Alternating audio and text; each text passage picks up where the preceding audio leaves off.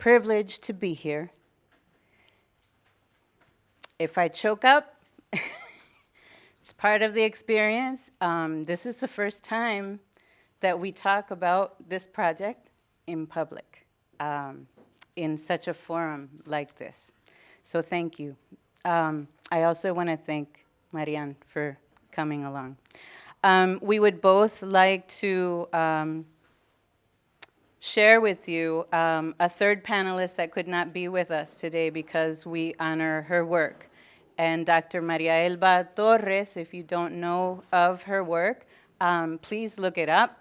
She has excused herself because she is in the midst of organizing the finale of a decade of turmoil, shaking it up racially speaking in Puerto Rico through the arts. So El Decenio Afro has been an incredible experience for Maria Elba, and hopefully she'll be able to speak to you at some point from her point of view as an independent curator and professor.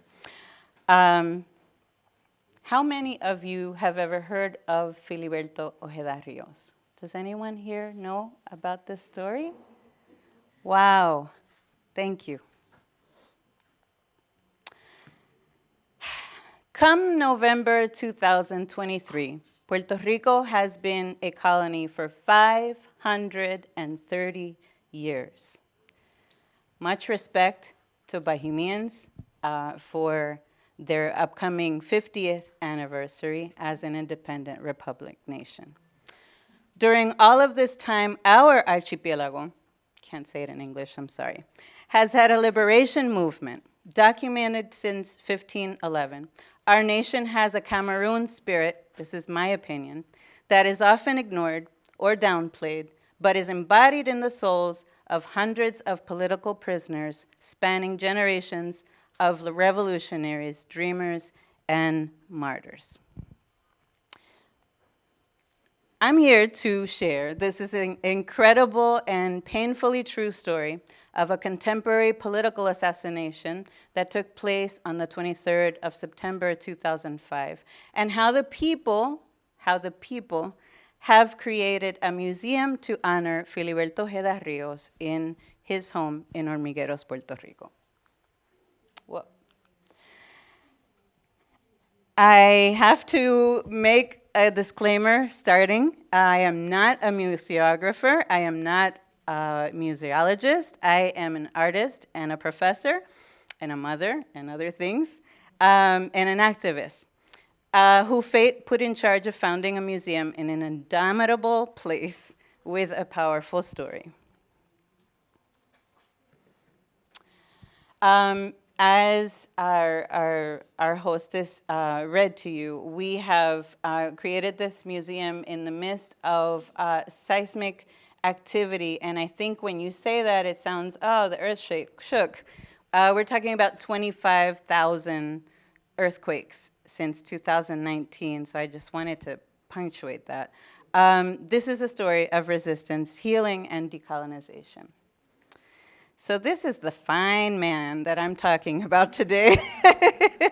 When he was a baby and a young trumpet player, he was a brilliant child. He entered the University of Puerto Rico at the tender age of 15 after studying trumpet at our most prestigious conservatory, La Escuela Libre de Música.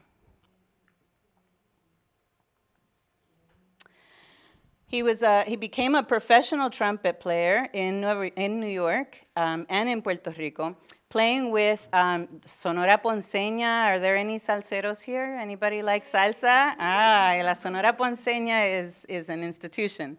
And he recorded with Happy Hills Orchestra, which is from my hometown of San Germán, being in New York when their trumpet player was not given leave from his job at the waterworks. So he was in town, and they invited him to record 4 pieces. And after I was done with this presentation, I realized, hearing about a sister who is a musical curator here, thinking I could have done this from the music perspective, but yeah, that's not my thing. So He moves to Cuba to play and study. He actually played trumpet at the Tropicana, which is a super famous place in Cuba during that time. And he also played, and in one of the studies, he talked about how much he enjoyed playing the trumpet in the circus in Cuba. And I'm telling you these things because it shows you just how worldly and how open-minded this man was. He was also a founding member of various clandestine pro-independence groups in Puerto Rico and in the diaspora, among them the Boricua People's Army, Los Macheteros. In response to various political assassinations between 1970s and 1980, he is accused of orchestrating strategic retaliations which included, but were not limited to, planning bombs in 9 military planes, headed to Central America, and the reappropriation of $7.2 million from Wells Fargo in Connecticut. The FBI then in 1990 invades his home illegally, not announcing the invasion, they just went in shooting. So he was tried for self-defense, and he defended himself in front of a Puerto Rican jury and won that particular trial. Obviously, the US FBI was not loving that end plot twist to his trial and wanted to retry him in the United States in front of an all-American jury. He was then given an electronic device that was put on his ankle, which he cut off after several months on the 23rd of September 1990. The dates have significant meaning because the 23rd of September is a historical day for us, and I'll talk about that in a minute. So this, I should have started by saying there's some sensitive images during this presentation, and I hope that reading the description, nobody is taken by surprise, but I wanted to make sure everyone was aware of that.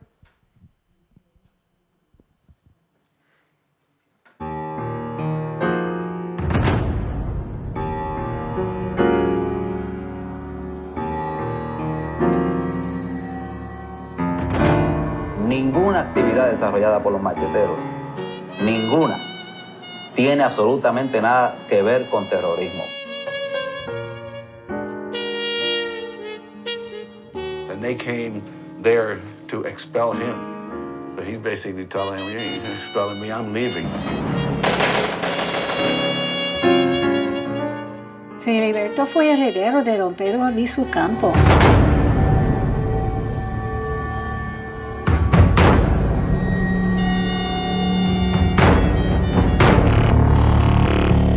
El líder indiscutible de la organización. He was an agent, a pawn of Cuba.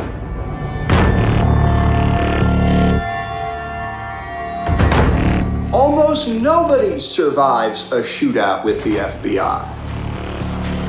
And Filiberto did.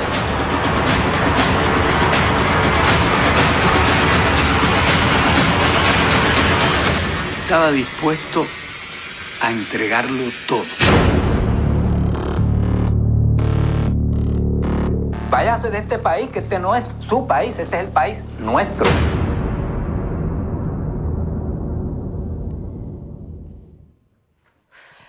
If you have not seen it, I recommend seeing the movie Filiberto.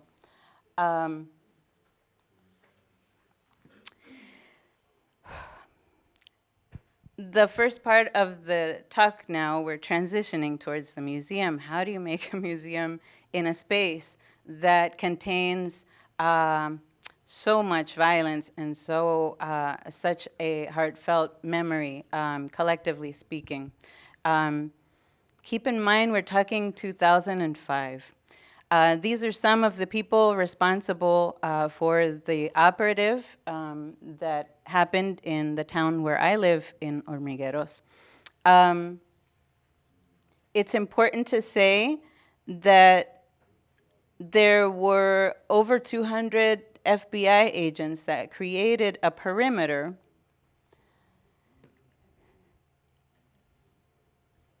¿Qué pasó? Sorry. They created a perimeter that spanned several kilometers around his house. And this is the kind of indomitable environment that I'm talking about. It's extremely green, no? It's very dense. It has a lot of humidity. But there are also a lot of people that live there. Country folk that had no idea that Filiberto had chosen our town to live in clandestinehood. He had been hiding from the FBI for 15 years. 15 years. He was not 15 years in this space. We have come to an understanding that maybe he was there for around 7 years. They built the house and designed the house where we now have a museum. So part of the frustration that the people felt was not being able to get to him, not being able to trespass that perimeter. Filiberto had an anti-bullet vest on. He received one non-lethal shot through his clavicle that did not compromise any vital organs, which is part of the frustration that people had, was that there were doctors at the perimeter offering to intercept, offering to attend to him, and the FBI chose to let him bleed out, alleging that there could have been explosives in the house, and they had to wait for some special whatever person to come and give them the right to go. So obviously, this outraged people all over Puerto Rico. People of all ages, people of all walks of life. These are images from his funeral. People came out of their jobs. People didn't go to work. People went all the way to Naguabo, which is on the opposite side of Puerto Rico, on the east side, to give him homage, to honor his death. Children came out of schools. It was an incredible response that I don't think any of us anticipated. But the people retaliated in a very creative way. There are songs. I don't know if anybody has heard of Calle 13. René Pérez made a very powerful song that's called Dear FBI. I could not add that into this presentation because it's pretty outrageous in terms of graphic language. We had over 90 vigils all around the archipelago in every town of Puerto Rico and even in the diaspora. Hundreds of murals were painted, graffitis. It was an incredible outpour of spontaneous expression. And I want to emphasize that because nobody was orchestrating this. Obviously, the vigils had people, organizations locally in every town organizing, but most of the expressions came from the people spontaneously. So there was a yearning to get to the house that no one could get to. People yearned to enter the house in a way of breaking through the perimeter and symbolically rescuing him with their own commitment and their presence. This is a march that we organized to walk through the space where the perimeter was set on the main route, walk all the way to the house, and that's when we realized how far away. Now, I want to pause here because hundreds of neighbors, civil and human rights were violated when the FBI established martial law for over 30 hours in this town. Our mayor sent out afterwards social workers that interview the neighbors. And there were women who had gone to the bakery and had left their 2 kids in the house by themselves to get milk and bread and couldn't go back to their house for 32 hours. There were people, caretakers who had elders bedridden who went out to get medicines and couldn't get back to their elders for over 30 hours. And I say this because it's easy to say, well, he had it coming to him because he'd been in hiding for so long, but there are so many other victims in this crime. So one of the major exhibition spaces in the space, if we want to say it that way, are the actual bullet holes in the space that is just outside of the kitchen and his bedroom. How did we come to this space? What did we do with it? It was important for us once the family and his widow particularly, Beatriz decided she was not going to be able to live in that house again and left. Gave us keys to the house to then create something constructive and productive from the space. It was important for us then to give back to the house what Filiberto had sacrificed, which was time with his family, time to be with his grandkids, time to be with his kids, laughter. We started imagining the things that the space needed to heal. So these are family workshops that we had. We had bomba workshops. We danced there. We've had theater presentations. We've even had circus circus events there. We have planted. We've reconstructed the second phase or the third phase now. People have been avid and anxious to help, looking to contribute to the space. The idea for creating the museum came from the people who kept coming back every year to commemorate and remember and denounce, bringing their kids, bringing their elders to the space. They would ask us, what are you going to do with this space? Why don't we create a museum? Why isn't it become a place that we can come to in between the annual commemorations? So we did that. And the only way we could do that or start a museum without having funding, having any kind of museum experience, was to then ask people, what can you do? How do you want to be involved? And if that was cutting the grass or pruning or painting, we did that, obviously. So we got ready to open the museum in 2020 because it was the 15th anniversary and we thought it was going to be great. And well, everybody here knows what happened, no? That was really heartbreaking because we were so excited to do something. So what we decided to do was to invite artists around Puerto Rico to create a piece that we could promote through social media during that day and occupy the day at every hour at the 23rd minute, post a new piece that reminded people that this is the day, this was what happened, and we're still here. When we finally were able to then open, we still, in Puerto Rico, we had another, ¿cómo se llama eso? Like another whatever pandemic moment.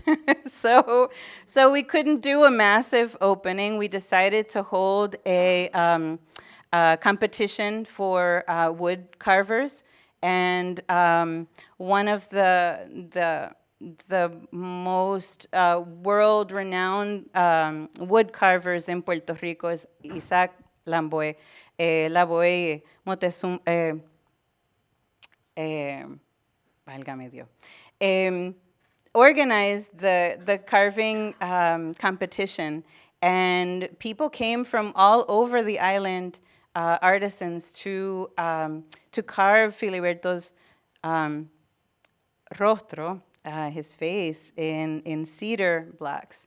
The photograph on the bottom is a talk that we had with a panel of our former political prisoners that we also had on that same weekend.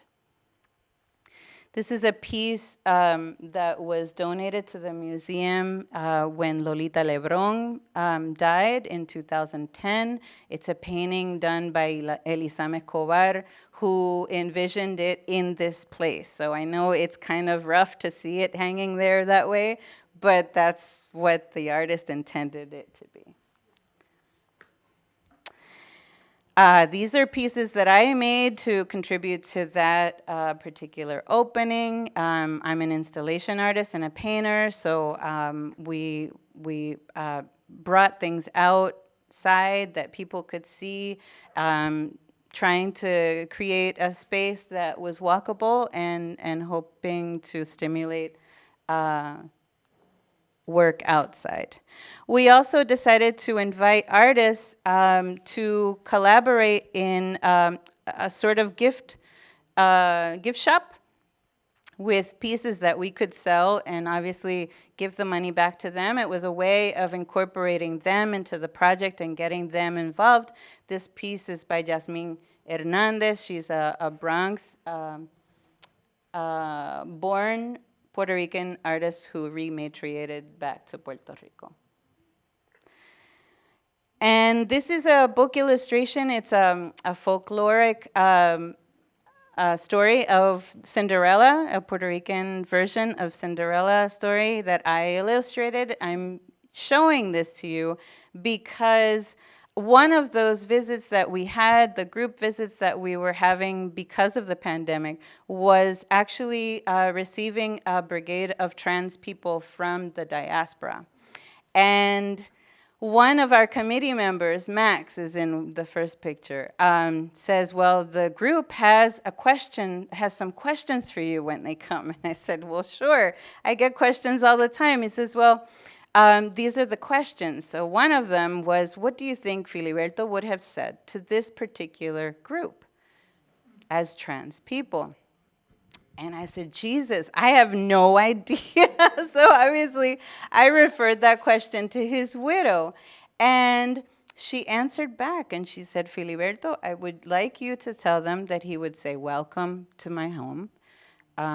He was a man who loved freedom, and freedom starts with one's self, one's body, one's mind, and one's heart. And he would have been thrilled to have them in our home. That was such an incredibly emotional visit. All of the visits are incredibly emotional, but that one in particular had people crying because they had never been to their homeland before. And to be received in such a powerful place with that message from that woman, from the owner of this house, really changed people's lives and cemented their commitment to the space and to Puerto Rico. And somebody from that group later turned out to be of a family that has philanthropic ties and has decided to make an endowment for the space so that we can eventually purchase the house for the widow. Yes, I just have to say that because I'm edgy with money, people especially. So, you know, sometimes we have to just make ourselves vulnerable like that and receive the help and open up the space too. So these are family members of Filiberto who have come to the space and have been part of the project. The man on the far left is the other boy, the brother that's in the picture in the beginning of the presentation. The young, beautiful man in the middle is his grandchild, Antonio. He's a lyricist.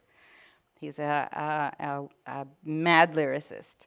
And his mom is on the top right, and his cousin is on the bottom.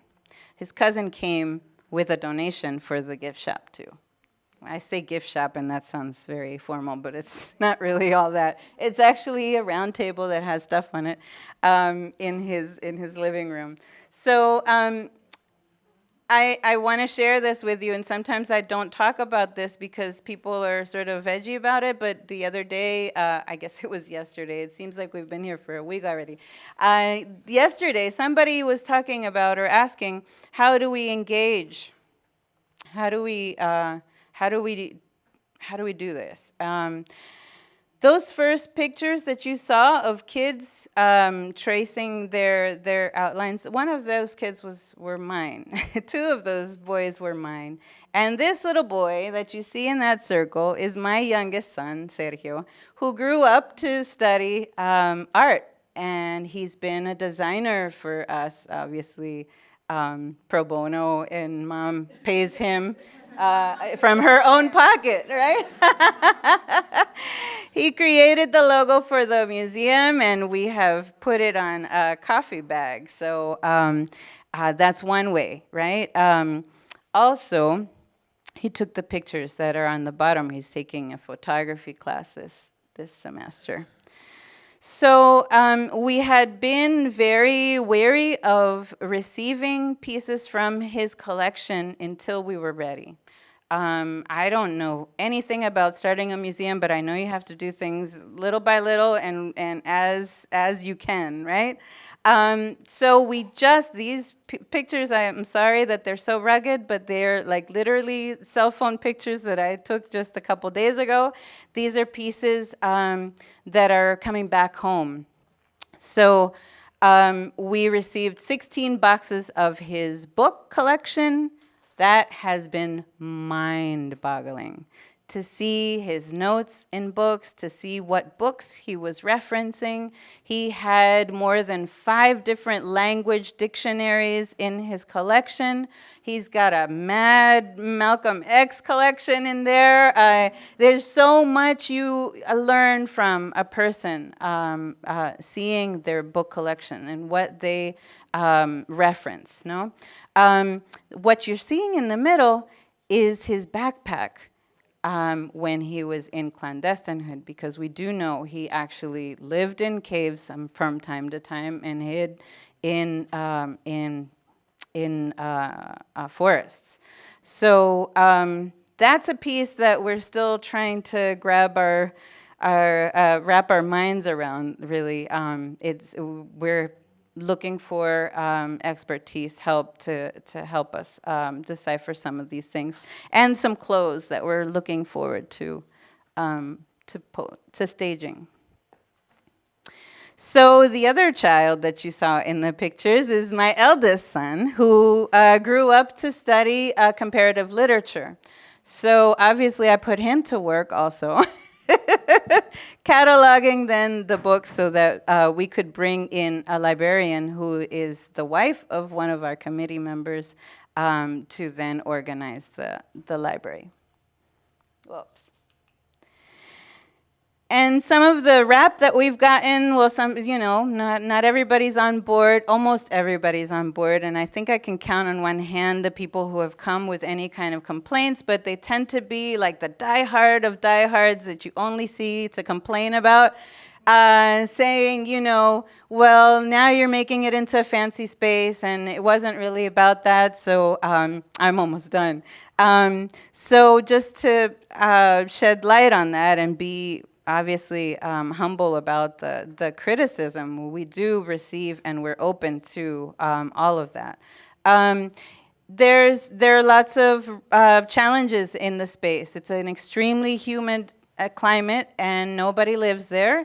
And we also lost electricity after Hurricane Maria. So we're running on solar panels that were donated from the same trans brigade. So that piece that you see on the far left side had to be removed and replaced, just because we will prioritize honoring his belongings always, except when it comes to security reasons, obviously. And the piece was starting to be compromised. So what we got was a donation for a piece that you're seeing down here, this beautiful PVC remake from a compañero from who has a furniture building factory in Hormigueros. And the piece that you're seeing in between the photographs up top, and this is a family visit that we had, is a piece of Antonio Martorell, who is one of our most famous living artists, who did a sequence called Cuadernos de la Corte. He was a performance artist slash journalist during the trials that Filiberto had in 1990, 1989. And he would do sketches within the trial. So while he was there with a tag that said journalist, he was actually documenting everything that happened through visual documentation. So he has generously given us a file for our archives. So finally, in conclusion, despite hurricanes, earthquakes, governmental bureaucracy, lack of funds and expertise, the people have created, in fact, and are still creating, and we're open for suggestions and help and visits for sure, a museum in this mountain town of Hormigueros. We hope that you come to visit, and we're trying to push for a MAC conference in Puerto Rico sometimes so that you can do that. The spirit of the space has evolved powerfully. In the beginning, it was a place mainly focused on the death of Filiberto. With the arrival of his belongings, he lives again, and the home is beaming with curiosity, life, and adventure, and we hope you come. Thank you.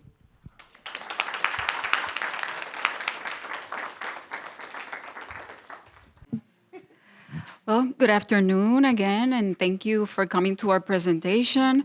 As our colleague here presented me, I am Marianne Ramírez-Aponte. I'm the Executive Director for the Museum of Contemporary Art in Puerto Rico.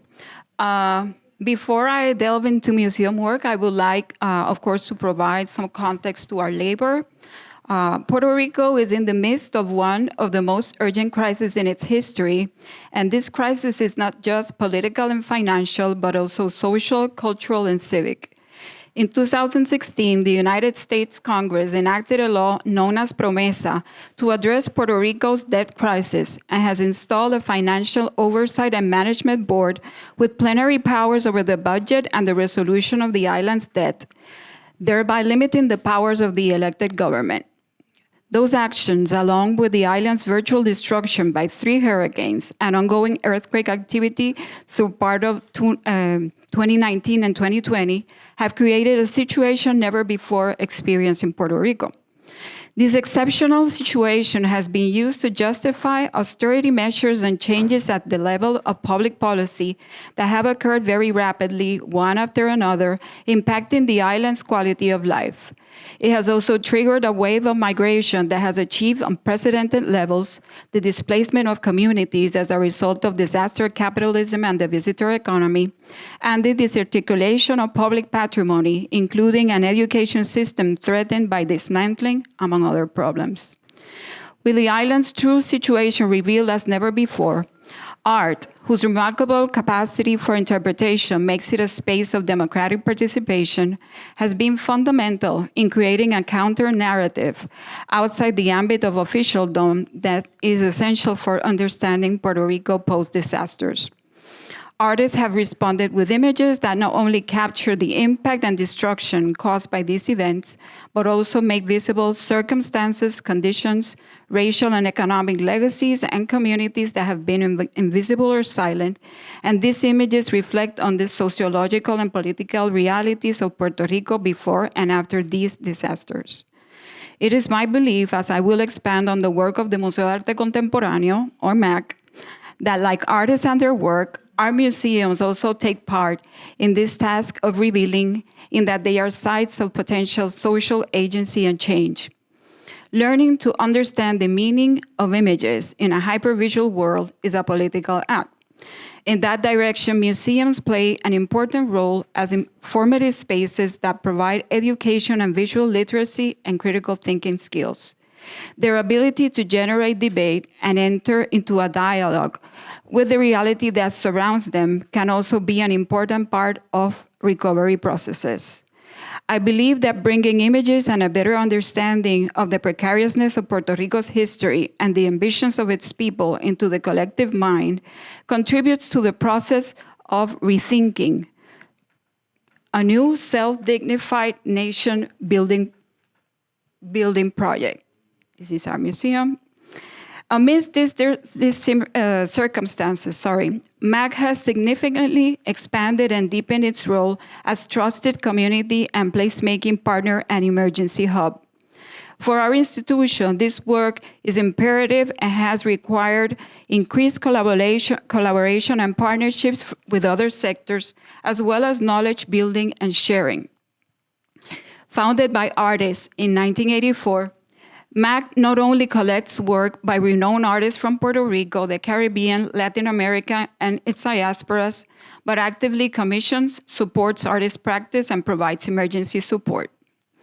We are driven by creating the conditions for the production of relevant and cutting-edge work, amplifying community voices and advancing livability goals, and advocating for the arts sector and geographic and affinity community causes. MAC dedicates significant efforts to regenerate the cultural ecosystem by partnering, convening, and partaking in hearings as representative of the culture sector in environmental, housing, economic development, and social science discussions. Social service. Two main highlights that will help explain MAC's transformation over the last decade would be, first, the establishment of MAC en el Barrio program in 2014 that continues to strengthen and connect with other components of MAC's work, including that of other nonprofits in human rights, climate change and displacement, gender issues, and gender violence prevention, among others. And, as mentioned, the recent emergencies that the deep fiscal crisis that has placed the nonprofit sector, including the MAC, in a position to act swiftly with solidarity and utmost conscience of what is essential and relevant to our own existence and that of whom we serve. Our work has adopted a two-pronged approach through socially conscious exhibitions and community outreach programs so that, in addition to the cultural activity the MAC generates within its walls, it is constantly creating opportunities for this activity to be projected outside the walls of the museum into the community. Since 2014, MAC en el Barrio has carried out over 50 projects with an ongoing presence in 36 communities in the municipalities of San Juan, Guaynabo, Cataño, Loíza, Ponce, Mayagüez, Guayanilla, and most recently, together with my colleague here, San Germán. The high percentage of people who live below the poverty level in these neighborhoods, a significant number of whom are Black and migrant peoples from the Caribbean and Latin America, has made the presence of the MAC a present civic responsibility and has led to the decentralization of its services and the creation of programs that spill out of the metropolitan area, bringing greater cultural activity to other sectors of the island. Among the objectives of MAC en el Barrio are critically interpreting the historical, economic, political, and social fabric out of which our neighborhoods emerge and making visible the distinct social communities that coexist in them. Its emphasis is on projects that reflect diverse ideologies, economic practices, massive migrations, varying visions of architectural development, community activism, and survival strategies, among other issues. The program expands the MAC's field of action outside its walls through sustained and cumulative work shared between the museums, artists, educators, and residents. The methodology for achieving these objectives is based on a structure designed to facilitate the process of community immersion and providing access to culture to people of any age and socioeconomic status. Our efforts are comprised of a program of commissions of artworks with an interdisciplinary approach to be carried out directly in the communities, collective creative processes, and programs of historical and cultural education and social support. They also include the establishment of strategic alliances intended to empower the community served, drive the creation of public policy, and facilitate connections between and among individuals, community organizations, the private sector, and the government. MAC's community orientation is its strength. It is inherent in almost every aspect of our work. Through MAC en el Barrio commissions, artists research community histories, voices, and issues, which are integrated into works presented in the community and the museum, and on occasion incorporated into our permanent collection.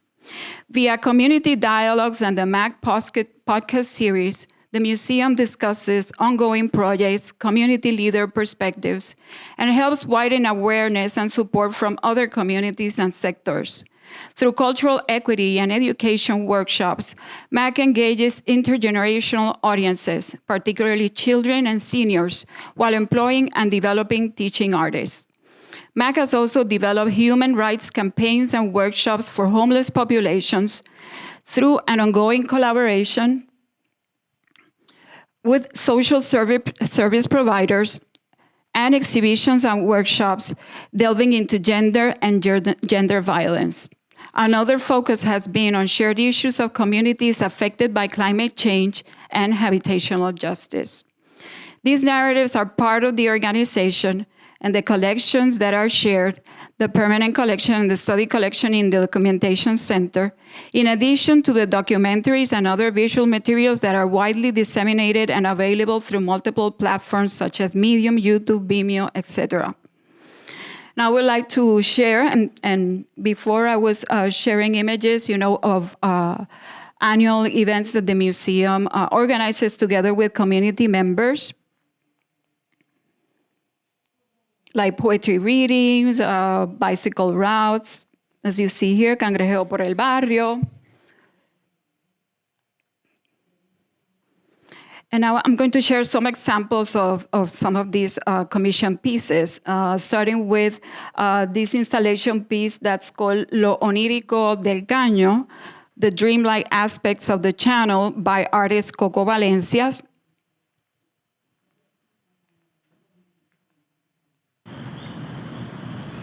An installation of houses floating on the water of the Martín Peña Channel. On their walls are resident statements about the physical and emotional loss of their homes they suffered during and after Hurricane Maria. Lo Onírico del Caño is created out of the experiences of the residents of this settlement, a community that emerged in the mangrove swamps in this area some 19 years ago as part of the intra-migrations that occurred on the island after Hurricane San Ciprián and during the Great Depression. Starting from orality and community participation, the project documents the experiences of the residents before and after the catastrophe, the physical and affective losses of their homes, and the challenges for their reconstruction, taking into account the history of the community and their experiences in the face of other natural disasters it has faced in the past. Parting from collective processes and taking into account the stories shared by residents, Coco Valencia approaches the concept of housing, raising differences between the physical and material structure and home as a space that endures, that is dream and memory, and therefore is an essential part of any person.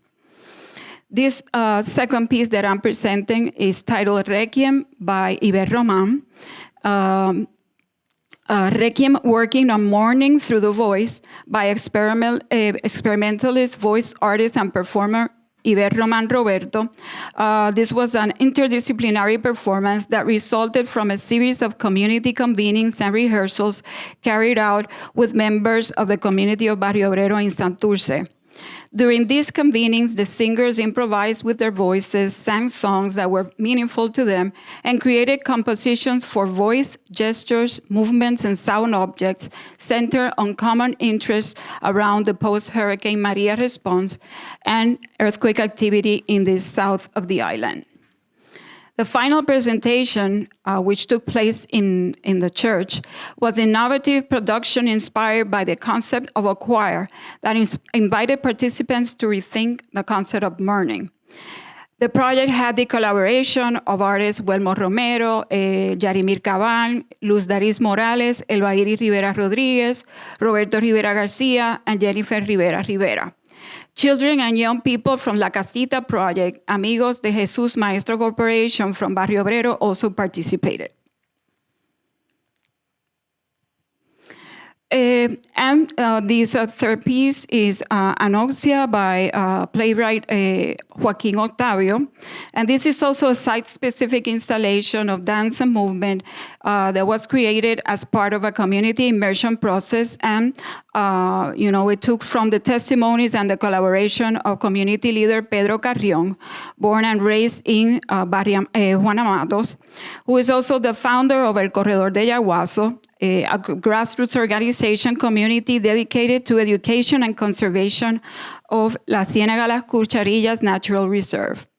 Anoxia, which means lack of oxygen, seeks to establish through theater and experimental dance a way of understanding the multiple layers of history that have elapsed in the current nature reserve known as the Yaguaso Corridor, placing the audience in direct contact with the main elements of this border between different aspects: industrial, economic, ecological, social, and generational. The work takes place literally inside the swamp, among the ruins of the original huts, and includes a tour with the participation of the community and an intervention by 3 dancer actresses, recreating moments of daily intimacy and the adaptation of life inside the babote or the swamp. And lastly, this is also an installation piece by artist Ada del Pilar, just for you to get a sense of, once we start working in a community, like for example, we started working in this community in particular since 2018. So every year we invite different artists to create new work. And of course, we develop different education programs to maintain community engagement. But this is a second piece that was created in the same swamp area, in the same natural reserve.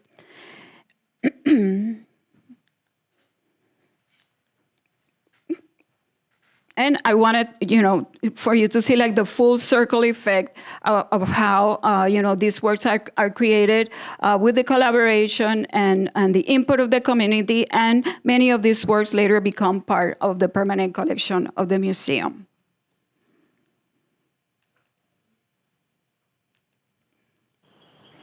Pues mi nombre es Ada del Pilar.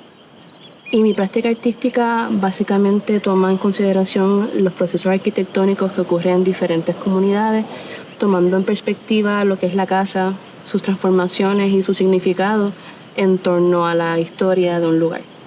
Esta comisión surge por una invitación de Marianne Ramirez, la directora del Museo de Arte Contemporáneo y curadora en jefe, vinculándolo con el proyecto de Maca en el Barrio, situándose en el pueblo de Cataño. Una vez se establecen esos términos, visitamos Juan Amatos y conozco a Pedro Carrión. Y él es la primera persona con quien yo hablo y me da todo el contexto histórico de la comunidad. Esta comunidad se empieza a establecer antes de los 30. ¿Por qué? Porque la carretera PR5 era el camino principal. Ahí lo que estaba era la vía del ferrocarril que se movía hacia la puntilla y de ahí se exportaba literalmente todo para San Juan. Según entonces la gente del campo fue buscando oportunidades de trabajo, pues venían al área metropolitana. Y Cataño nace de esa manera. A esto se le llamaba el fanguito, porque era eso, era fango. Según llegaban las personas, pues se iban metiendo más adentro, y los últimos que llegaban le tocaban acá abajo te metido, ¿sabes? Todo esto estaba lleno de agua. Ya para mediados finales del 60, empieza una expropiación. Las personas que vivían aquí los iban a ir expropiando con tener una mejor calidad de vida. Pero detrás de todo esto, como todo en la vida, hay otro propósito oculto y es el desarrollo. Y los terrenos que las personas habían rellenado con sacrificio eran terrenos estratégicos porque estaban cerca de la costa. Muchas de las personas que vivían aquí se fueron para los residenciales, pero luego con el tiempo empezaron a regresar y a ocupar de nuevo los espacios en la comunidad. Para detener esa migración se construye el canal que ustedes vieron al frente, ese caño. El fin era drenar el agua que llegaba a este lugar para eventualmente construir un parque industrial. Con las mismas máquinas que ellos construyeron el canal, esas máquinas se guardaban al lado de casa de mi mamá. Y nosotros por las tardes prendíamos las máquinas y empezábamos a abrir canales para que el agua recirculara. Ellos nos descubrieron, nos chotearon. Y entonces, ¿qué hizo el gobierno? El gobierno lo que empezó fue a tirarnos basura para obligar a las personas a que, ya que no se quieren ir, pues vamos a hacer un vertedero para que se vayan. Ahí entonces nosotros empezamos a limpiar las calles, a organizar la comunidad. Y cuando nos metimos con las industrias, que eran los que traían los desperdicios químicos, los desperdicios biomédicos que entejaban en la comunidad, ahí fue cuando la cosa se puso peor. Todas esas cosas que hubieron en ese momento, las intenciones, no se perpetuaron por las luchas que esta comunidad, ¿verdad?, ejecutó en contra de eso. Así que como dentro de todo el recorrido, él fue la primera y la única persona con quien me pude sentar bien y tener este momento lúcido de, ajá, aquí hay un contenido, pues entonces me planteo en simplemente escoger la comunidad Juana Matos. Y una vez ya eso está establecido, pues entonces pasa el proceso de conceptualizar la obra, cómo voy a utilizar el espacio, cómo Juana Matos, ¿verdad?, pasa a ser el emblema del proyecto. Entonces ahí pasa parte del proceso de inmersión que comienza con unas entrevistas. Primero para tener más información sobre la comunidad, pero también conocer personas. Y entre esas personas está Isabel. Se le presentó a ella primero la idea. ¿Qué tal, Isabel, si podemos hacer un molde de tu pared? De una forma bien abstracta. Sí, tuvimos una cita, una entrevista en el Centro de Servicios Múltiples de la Barriada. Ahí ella me explicó lo que ella quería hacer, cómo lo quería hacer. Yo le ofrecí mi casa. Se usó desde el tubo de la luz, desde el tomacorriente, hasta la ventana, hasta un poquito más allá de la ventana. Antes de hacer el trabajo en la pared, ya ella me había dado las muestras de cómo iba a ser, de que la pared no iba a ser dañada. Ya como ustedes ven, si miran la pared, parece que ahí no se hizo nada, está igualita. El aplicar el material en la fachada, el reto es más bien, ¿verdad?, aguantar la intensidad del sol, la labor física de subir, bajar escaleras. Pero una vez se arranca, es casi como llevarte algo que no se quiere salir. Remover también parte de la fibra, del polvo, del sucio, que el tiempo, ¿verdad?, aplica a una estructura. Perdón, o sea que aquí hay dos casas. Aquí hay dos casas. Sí, de Isabel y de Pedro. La de Pedro, él tenía la preocupación, por ejemplo, de que su casa es pintada, tiene pintura azul. Sí, pues mira, pues Ada se comunicó nuevamente conmigo y me habla un poco del proyecto, de que ella quería desarrollar un proyecto con un tipo de pegamento, que era un látex, donde se aplicaba a las paredes de la casa. Y yo pues me preocupó un poco, así que ella me explicó con detalle de cómo era el proceso, que esto se secaba, que esto era como una piel que se sacaba, que no manchaba. Inclusive me dijo, si se mancha, no te preocupes que yo me encargo de pintar la casa.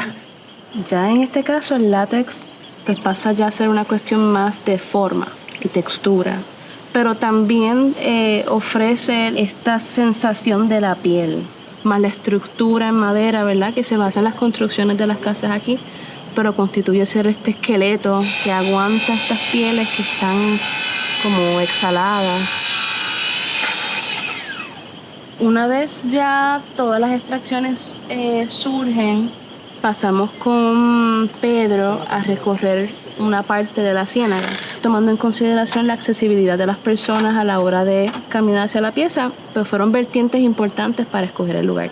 Una de las cosas más importantes es que haya una experiencia de inmersión, de entrar y de caminar por el espacio. Pues esa experiencia era muy, muy importante, y cuando llegamos a esta porción, ¿verdad?, que es como un claro, casi como un círculo, hay un hueco en el cielo, como una cápsula de tiempo casi Además de que también hay ciertas porciones, ¿verdad?, de lo que fueron diferentes estructuras. Vemos pisos, bloques, ¿verdad?, que sostuvieron una casa.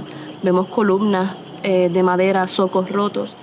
Todo eso, ¿verdad?, activa el lugar. Hay algo poético de construirlo desde el lugar de origen de la comunidad. Como casi tomar la acción de cerrar el caño, pero para unir más y volver a atar la comunidad a su cuna. Y cómo eso pasa a ser representado con esta estructura fantasmagórica, tiene cierto elemento abstraído, ¿no? Porque el punto no es recrear. Esta pieza es como una estrategia de reconectar dos porciones de tierra, no para reproducir la historia o simplemente contarla, sino el perpetuar una unión entre los que quizás desconocen de los procesos que surgieron aquí, ya sea para la comunidad, ya sea para mí, ya sea para las personas que lo vengan a ver. Y también lo observo como cuando la serpiente muda la piel, entonces se va a la serpiente, pero entonces la piel está allí. So I would like to add, and just to close, that as I mentioned, the museum is continuously commissioning work to artists through this program, but the museum also has an audiovisual unit, which is La 18, and the artists that the museum hires are responsible for doing this documentation as well. So thank you.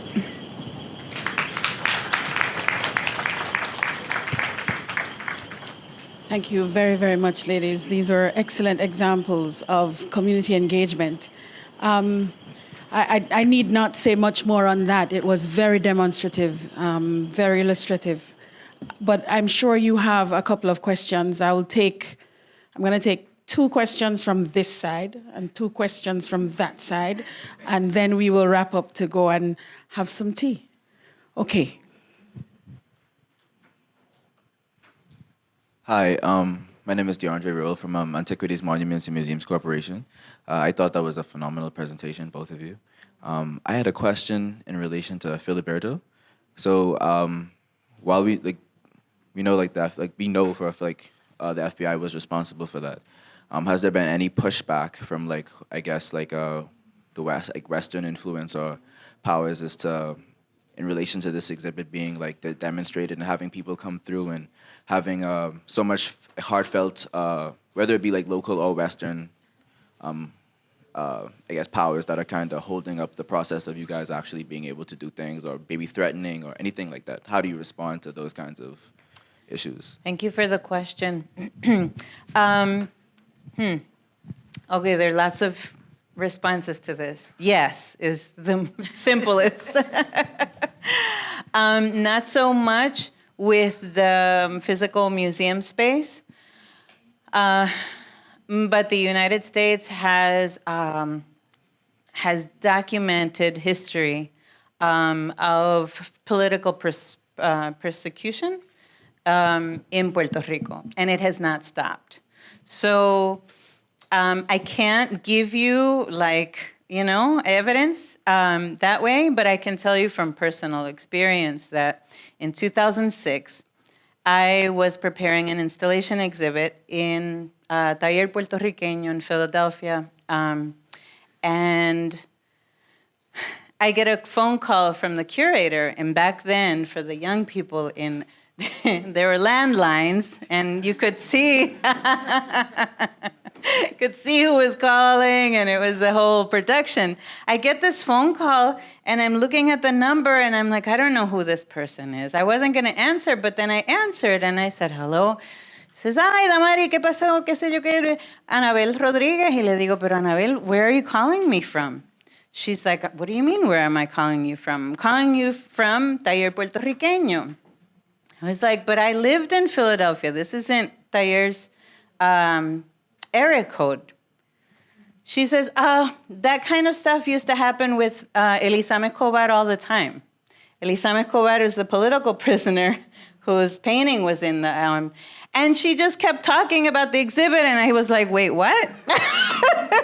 As if it was the most normal thing in the world. So when we hung up, I went into the internet and, when you had to dial up and the whole thing, where is this area code from? And it was from Florida. So that was my very simple experience, but we've had many, many more experiences. And like I said, it's hard to show proof, but that was enough to say, okay, so whatever, this is what my life has become now. That was just 1 year after.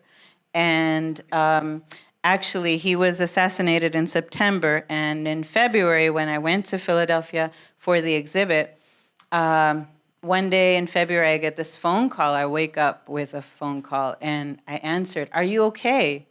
And I was like, "What do you mean, am I okay?" I didn't realize what was going on in Puerto Rico. There had been FBI raids in over 10 different people's houses around Puerto Rico in different places. And a lot of my friends had their privacy invaded for no other reason that in the house where Filiberto lived, there was some note or a book or whatever, a piece of artwork or whatever that had their name on it, and they were doing that kind of thing. But on the other side of that, there have been over 30, ¿cómo se dice? Demandas, lawsuits that the family has also, and the local government part of it, to take the FBI to court, but we know that's not going anywhere. Yeah. Yes. I'm asking in the name of my friends here from Haiti. So one of the questions he has is if there is represented in the Museum of Filiberto the violence. So I know that we saw the bullet in the walls, but is there anything else? Anything more than 173 bullet holes that are humongous? No, except for we've been extremely respectful to not patch up anything, God forbid. In fact, the few times that we've had to repaint the space, we go around even the bullet holes. So we haven't touched any of that. In fact, there are still tapes, evidence tapes around in the house. They fall by themselves sometimes. But yes, there's a lot of damage to the structure. When they came into the property, they broke down the wrought iron gate and killed one of his dogs. So it's very hard to not notice the violence in the space. And the next and last question, and I think it's better if you do it in Spanish. She will understand. Gracias. Quisiera saber si la violencia está patrimonializada en Puerto Rico. La violencia. La violencia Sí. revolucionaria. Sí, sí. Si está organizada. No. Patrimonializado. Opa. No. Legacy? Yeah, no. No. This is ongoing. Contrary to other, and if I don't understand your question, please follow up. Contrary to other countries, like we've been hearing in these last few days, where you have days that you celebrate your national heroes, and you have monuments and so on. We have some streets that have pro-independence leaders' names on them. We have a couple of schools, but just as recently as the last government, we actually lost national holidays. And I didn't lose class yesterday because they decided to lump everybody into one day, and now it's like Patriots Day, and that includes pro-statehood people who did a lot of damage. So So yeah, we have the exact opposite of other places, and it's a reflection of our colonial status. Okay, thank you. We have our last question. I just had a personal kind of question. How do you all deal with the emotional, it seems like emotionally taxing. Like personally, how do you handle all that? Can you detach yourself from it, enjoy your family, go to the movies? Like, how do you work through all that? Wow, that's a big question. I don't think I've ever really thought about that. The space is actually really magical, and I really don't, it was one of my biggest concerns was not to be able to express that to you, because it's such a complex feeling to acknowledge the violence and see the violence and feel the grief and the rage, but also the peace and the beauty behind it. I don't know if you noticed that book. There's a note Filiberto wrote. I haven't read this, but it looks interesting. Filiberto knew, and if it's possible to Jackson, see? Could you put my presentation on real quick? Because there were 2 slides at the end that just an image to answer the question that I skipped at the very end. Filiberto knew what his destiny was. And one of the things that we've realized receiving his belongings is that he was aware that someday his people would be looking at his things. And he was very responsible with the message that he left. So one of there are 2 sayings here. The first one says, I'm a dreamer because I'm a revolutionary. And the second one was a part of the vows that he gave to his wife when they got married in clandestinahood. And it says, I give you my heart because my life is of the motherland. And this is, I don't mean to like be dramatic about it, but this is really our Che Guevara, and he was killed in 2005. Thank you very much. But I have a quick question for I'm going to take moderator's license. I have a really quick question. It's about the Contemporary Museum, the Museum of Contemporary Art. Within the context of the community and their feedback, I know there was a lot of feedback of the installation in the forest, kind of. But what kind of feedback have you gotten since from not only that community, but others who know about the installation and how they relate to it, and if they want something similar, you know? Well, you saw, the map and the way that the program has grown. Initially, we started that program in our vicinity, in Santurce, in San Juan. So the way that it has grown, it has been that the communities have reached out to the museum because they want to be part of the project. And even the government has reached out to the museum, and especially also after the different emergencies. So I always say that through not only the commissions, the commission projects, but through the education programs, we propitiate the visits of the people from the community. They come to the museum. So it's a journey back and forth all the time. Yeah. And for them, it's a very familiar space. They love to come to the museum. I remember one day, one of the projects that we presented, during the evening. And the next day, I was at the museum. I don't know if it was with people from Mellon Foundation, something like that. And this community leader knocks on my door that he had come immediately the day after to see the piece at the museum. So they're very enthusiastic, and I don't know, they feel very comfortable with the space. Yeah. Ladies, thank you very, very much. Thank you all. I think it sort of goes without saying that our tasks as museum professionals, even museum goers, that we kind of fight through the emotion to get the message out.